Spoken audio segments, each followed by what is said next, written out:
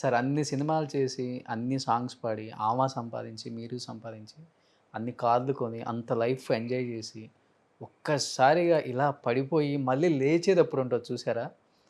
దీనమ్మ జీవితం ఎ ఏం లైఫ్‌రా మళ్ళీ లేచి ఇట్స్ నిలబడ్డాంరా ఇట్స్ అన్న ఫీలింగ్ ఉంది ఇట్స్ ఇట్స్ వచ్చినప్పుడు, ఇట్స్ సీ అంటే అలా కూర్చున్నప్పుడు ఏమనిపించింది సార్ ఇట్స్ అస్సలకి? ఏం లేదండి. ఇప్పుడు అది అంటే ఒక మనిషి నిజంగా మనసు పెట్టి కష్టపడి మనం గట్టిగా ఈదితే మనం దాటేస్తాము అన్న ఒక నమ్మకం మనిషిలో కనుక కలిగిందంటే డెఫినెట్గా సాధించగలుగుతారు. వీఆర్ నథింగ్ అండి. నేను కానీ శైలజ కానీ వీఆర్ నథింగ్. అంటే నేను ఇప్పుడు చెప్పబోయే ఎగ్జాంపుల్ అమితాబ్ బచ్చన్ గారు ఒకానప్పుడు ఆయన 1 crore ఇండస్ట్రీ అని చెప్పారు. అలాంటిది అంత సంపాదించి అంత పెద్ద పర్సనాలిటీ అంత ఇది ఆయన మీద ఇన్వెస్ట్ చేసే వాళ్ళందరూ ఉండి ఒక కంపెనీ స్టార్ట్ చేసి మరి ఆయన బ్యాంక్రప్ట్ అయిపోయారు కదా, ఆల్మోస్ట్ ఇదైపోయారు. వారి ఆస్తి వారి ఇల్లు కూడా జప్తు చేయాల్సిన పరిస్థితి వచ్చేటప్పుడు మళ్ళీ ఆయన ఏం చేశారు, బిజినెస్ మనకి పనికిరాదు, మనకు తెలిసిందల్లా ఒక యాక్టింగే అని చెప్పి ఆయన అందరినీ అడగడం, ఆయనతో పనిచేసి ఇదివరకు పనిచేసిన వాళ్ళందరితో అడగడం, వాళ్ళు ఆయన మళ్ళీ స్క్రిప్టులు రాయడం, మళ్ళీ ఆయన అక్కడి నుంచి పుంజుకోలే. అది ఎంత పెద్ద ఎగ్జాంపుల్ అండి. అంటే మన మీద మనకు నమ్మకం ఉండాలి ఫస్ట్. అది ఉంది అని అంటే you will definitely span of పీరియడ్‌లో ఎంత పైకి లేచి మళ్ళీ ఇలాంటి ఒక మంచి ఇల్లు కట్టుకొని, ఏ అయితే కార్లు పోయినాయో అంతకన్నా మంచి కార్లు కొని, ఇంత అంటే లైఫ్‌ని ఇంత బాగా లీడ్ చేస్తున్నప్పుడు అనిపిస్తది గదా! నేనండి అది ఇది నా గొప్పతనం లేకపోతే తన గొప్పతనం అని నేను అనండి. ఆ పై ఆయన ఆశీస్సులు ఉన్నాయి కనుక మళ్ళీ ఇలా జరిగాయి. ఈసారి ఏంటంటే జాగ్రత్త పడ్డాం. అప్పుడులా కాకుండా ఇప్పుడు మళ్ళీ అగైన్ ఆల్మోస్ట్ 0 లెవెల్ నుంచి మళ్ళీ కెరియర్ స్టార్ట్ అయినట్టు చేసినప్పుడు ఇది టెలివిజన్ దీంట్లో మోర్ కేర్ఫుల్ అంతే. That is what we learn, that what I learn. Okay. ఎవరి దగ్గర నుంచి అంటే తను నేర్పించింది. అందుకనే ద టోటల్ ఫైనాన్స్ దీని మీద అనేది I give it to her. నాకేమైనా కాస్త డబ్బులు కావాలన్నా తను అడిగి తీసుకుంటాను నేను. ఎందుకు అని అడుగుతుంది, చెప్తాను ఇది చూసుకోండి అవసరమా అంటుంది, అంటాను, వదిలేస్తుంది అంతే. బట్ చనిపోయే వరకు బాలుగారికి తెలుసా ఇంత కష్టపడ్డారు లైఫ్‌లో అని? ఐ డోంట్ అసలు నో. బయటికి రానివ్వలేదా? ఎందుకంటే ఆయన మా ఇంటికి వచ్చినప్పుడల్లా మాకున్న దీంట్లో టు మేక్ హిమ్ కంఫర్టబుల్. అలాగే మేము వారింటికి వెళ్ళినప్పుడు కూడా టు బి కంఫర్టబుల్. అదే. బట్ ఆ టైంలో వర్క్ లేదని తెలుసు కదా సార్ మీ ఇద్దరికి వాళ్ళకి? ఎప్పుడైనా ఆయన ఆయన అదే రికమెండ్ చేయటం ఏం లేదా? వారి గొప్పతనం ఏంటంటే అండి, ఎప్పుడు అడిగేవారు కాదండి. నాకు నేను ఓకే దీంట్లో కూడా చేశాను, చెప్పాను కూడా. నా నా ఆ ఇంటితో నాకున్న సంబంధం 30 ఏళ్ళండి. ఈ డిసెంబర్కి 31st నిండుతుంది. ఈ 30 ఏళ్లలో మీరు అడిగినట్టు ఎప్పుడు సార్ ఆ ప్రస్తావన ఎప్పుడు తీసుకురాలేదు. ఏమిటి సంగతి ఎప్పుడు ప్రస్తావించేవారు కాదు. ఎలా ఉన్నారు? ఫైనాన్షియల్‌గా ఎలా అది ఉన్నారు? ఎప్పుడు ప్రస్తావించేవారు కాదు. మామూలుగా సరదాగా మాట్లాడుకునేవాడు. ఏదో కామన్ ఇంట్రెస్ట్ ఉన్న టాపిక్స్ గురించి మాట్లాడుకున్నాం, ఇలా చేసేవాడు. అలాంటిది July 26th, 2020 ఆయన రామోజీ ఫిల్మ్ సిటీకి వచ్చారు పాడుతా తీగ షూటింగ్ కోసం. మేము పక్కనే షూటింగ్ చేస్తున్నాం. నేనేమో అప్పుడు అమ్మా సీరియల్ వర్క్ చేస్తున్నాను. సో ఆయన కవర్ పంపించారు భోజనానికి రమ్మని చెప్పేసి. మళ్ళీ నేనే చెప్పాను, సార్ కోవిడ్ ఎందుకు సార్ భోజనాలు ఇవ్వండి అని. మళ్ళీ ఆయన కవర్ పంపించారు, ఆయనకి ఇష్టమైన కందిపచ్చడి మధ్య పులుసు చేయించానని చెప్పు అని. సరే అక్కడికి వెళ్ళాను. మరి బాగుండదు కదా అని వెళ్ళాను. మీ ఇద్దరమే ఎన్నో సందర్భాలు 30 ఏళ్లలో ఎన్నో సందర్భాల్లో ఎన్నోసార్లు కలిసాం.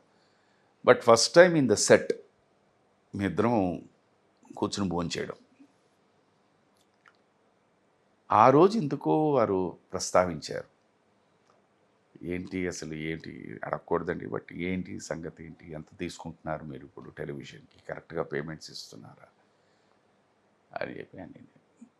ఏమండి అప్పుడు ఒక మాట చెప్పారు, ఏమండి మన అవసరం ఉన్నంత వరకేనండి, మన అవసరం తీరిపోయిన తర్వాత ఎవరు పట్టించుకోరు. అందుకని మనం పనిచేసినందుకు డబ్బులు కరెక్ట్గా అడగడంలో తప్పు లేదు అండి. నేనేమనుకున్నానంటే శైలమ్మ చెప్పు ఉంటుంది, ఆయన పని వచ్చిందంటే ముందు పని చేసేస్తారు, అసలు డబ్బులు కరెక్ట్గా వస్తున్నాయా లేదా అని ఆలోచించరు. దాని గురించి ఏమైనా చెప్పిందేమో అని నేను అనుకున్నాను.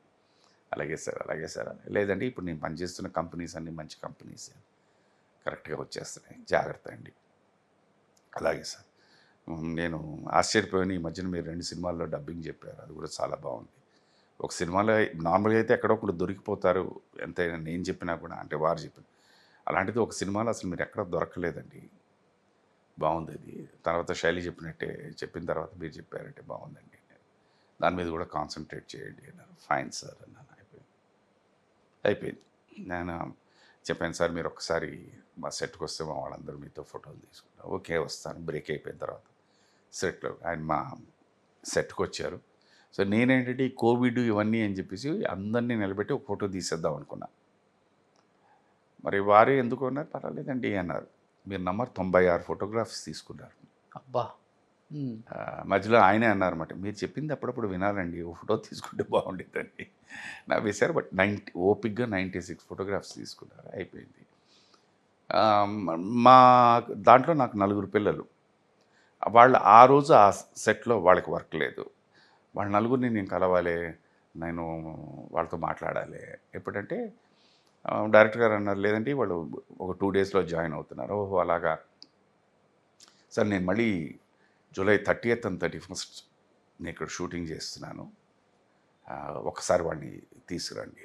అలాగే సార్, బ్రేక్ టైంలో జూలై 31st తీసుకెళ్ళాను. వెళ్ళి మాట్లాడారు వాళ్ళతో, ఫోటోలు తీసుకున్నారు. ఇది మీ ఇద్దరం అలా నడుచుకుంటూ వస్తూ మీరు పాట ఒక విని వెళ్ళొచ్చు కదా అన్నారు. లేదు సార్ అక్కడ షూటింగ్ వెయిటింగ్ అండి, అందుకని వాళ్ళందరినీ ముందు పంపించేసాను. సరే అయితే ఓకే, మీరు ఎప్పుడు వస్తున్నారు అన్నారు. అవుతుంది sir 16th of August 17th కానీ, ఎందుకంటే 14 వరకు షూటింగ్ అంటున్నారు, ఫినిష్ చేసుకుని డబ్బింగ్ ఫినిష్ చేసుకున్నాం. ఓకే నేను రేపు వెళ్తున్నాను అన్నది వారి నోటంట విన్నా నేను లాస్ట్ మాట. ఓకే. జూలై 30. తర్వాత ఇక్కడ రావడం, ఆయనకి ఏదో కోవిడ్ అనడం, హాస్పిటల్లో చేర్చడం. I couldn't speak to him, I couldn't see him. మళ్ళీ లాస్ట్ డే ఓన్లీ వాస్. హాస్పిటల్లో ఉన్నప్పుడు కూడా చూడలేదా సార్? చూడలేదు. వెళ్ళాను కానీ దేశాడు వద్దు సార్ అని చెప్పేసి అన్నారు. అంటే అప్పటికే నేను because almost 1 month Ramoji film సిటీలో నేను చెప్పాను ఇలా, సార్ మీరు 1 month ఆల్రెడీ బయట ఉన్నారు, వారికనే కాదు మీకు కూడా ఇట్స్ నాట్ సేఫ్ అండి, వద్దండి అన్నారు. సార్ ఈ 30 yearsలో మీరు సార్ అంటూ ఆయన అండి అంటాం ఎప్పుడన్నా బావా అని లేదు పిలుచుకున్నారా? లేదు లేదు లేదు అంటే నాకు వారు పరిచయం అవ్వడమే సార్. నిజంగా ఎప్పుడండి, 1977 అండి ఫస్ట్ నేను శైలని చూసింది. మా నాన్నగారు అప్పుడు ఒక క్లబ్కి సెక్రటరీ. సో ఒక మ్యూజికల్ కాన్సర్ట్ కోసం వీరు వచ్చారన్నమాట, అప్పుడు పరిచయం. బట్ అప్పుడు మా ఇద్దరితో నాకు పెద్ద ఇంటరాక్షన్ కూడా ఇది లేదు, ఎందుకంటే నాకు వారి ఆర్కెస్ట్రా మెంబర్స్ అందరినీ చూసుకునే బాధ్యత నాకు ఇచ్చారు. ఆయన అప్పుడు మాట్లాడింది, సార్ వాళ్ళందరికీ కరెక్ట్గా భోజనాలు అవన్నీ చూసుకోండి, జాగ్రత్తగా చూసుకోండి, అండ్ బై అబౌట్ 4-4:30 కల్లా వెన్యూ దగ్గర తీసుకొచ్చేసాను, ఎందుకంటే వాళ్ళు అన్నీ సెట్ చేసుకోవడానికి టైం పడుతుంది. అలాగేనండి అన్నాను. అయిపోయింది. దాని తర్వాత మళ్ళీ నేను సార్ని చూసింది 1982 విశ్వనాథ్ గారు వాళ్ళ అమ్మాయి గారి పెళ్ళి ఇక్కడ AVM రాజేశ్వరిలో. సో నేను అప్పుడే సినిమా ఇంకా రిలీజ్ అవ్వబోతోంది. సో అందరూ వచ్చి ఆర్టిస్ట్ని వీళ్ళని వాడిని చూస్తూ ఉన్నాను అనమాట. ఈయన అలా నడుచుకుంటూ వెళ్ళిపోయి మళ్ళీ వెనకాలకు వచ్చారు. మీరు ఐ లవ్ హర్ అని. అవును సార్, బాగుందండి, బాగా చేశారు, గాడ్ బ్లెస్ యూ. దాని తర్వాత ఈ సంబంధం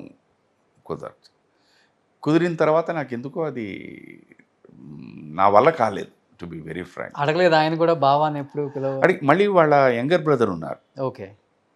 వారి జగదీష్ గారు అని వారి యంగర్ బ్రదర్ ఉన్నారు. వారి ముందే ఆయన బావా అని పిలిచేవాడిని. ఓకే. ఈయనని వారు ఆయన లభిస్తున్నారు, సార్ వదిలేయండి సార్. అంటే ఇప్పుడు ఒకసారి ఒక వ్యక్తి పరిచయం అయిన తర్వాత మీరు వారిని అలా అడ్రస్ చేయడం ఒకటి, తర్వాత ఆయన ఒక పర్వతం, ఒక లెజెండ్. సో అది అలా అడ్రస్ చేస్తూ సడన్గా ఇలాగ అనడం నా వల్ల కాలేదు నిజంగా.